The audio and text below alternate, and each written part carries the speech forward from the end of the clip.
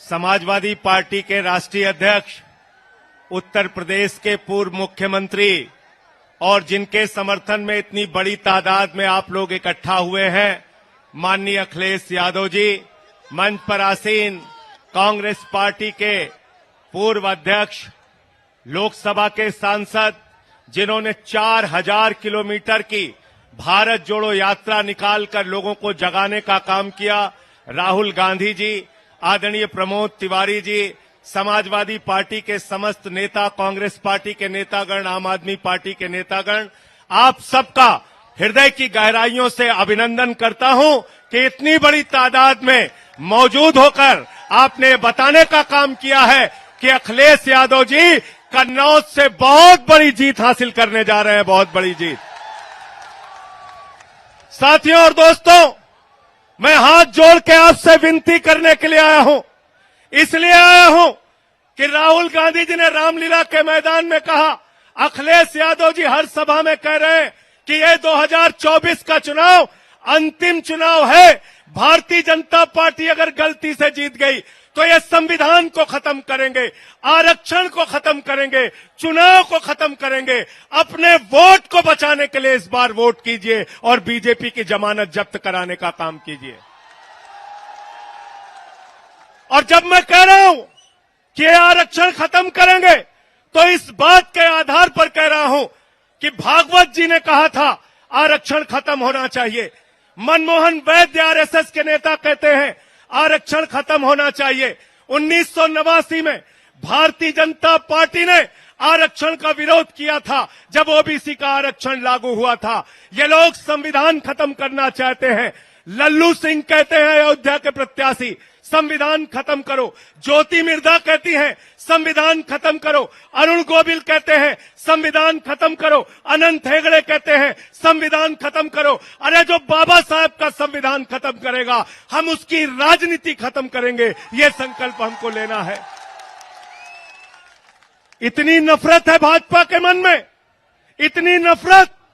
5 साल तक मुख्यमंत्री रहे अखिलेश यादव जी, 5 साल तक। और जब अपना घर खाली किया तो भाजपा के लोगों ने गंगा जल से वो घर धुलने का काम किया। इतनी नफरत।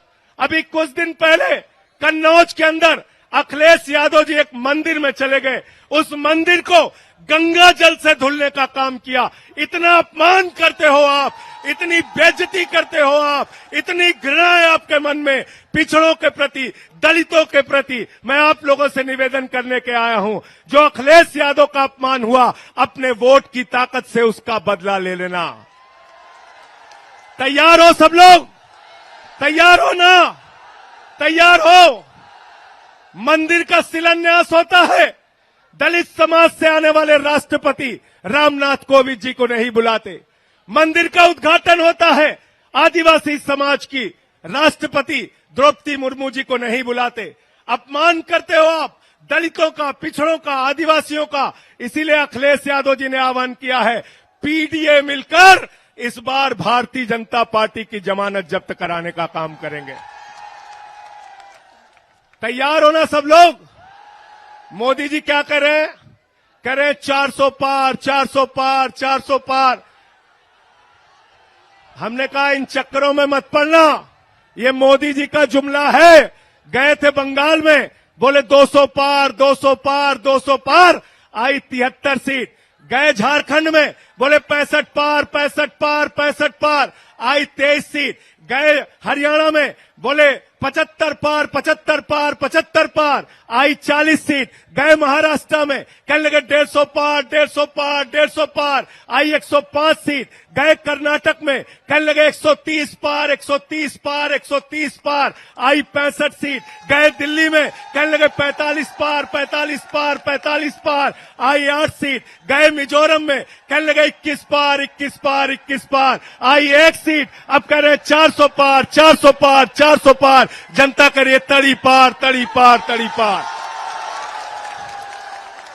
तड़ी पार करना है ना? राहुल गांधी जी लगातार अडानी अंबानी के खिलाफ बोल रहे थे।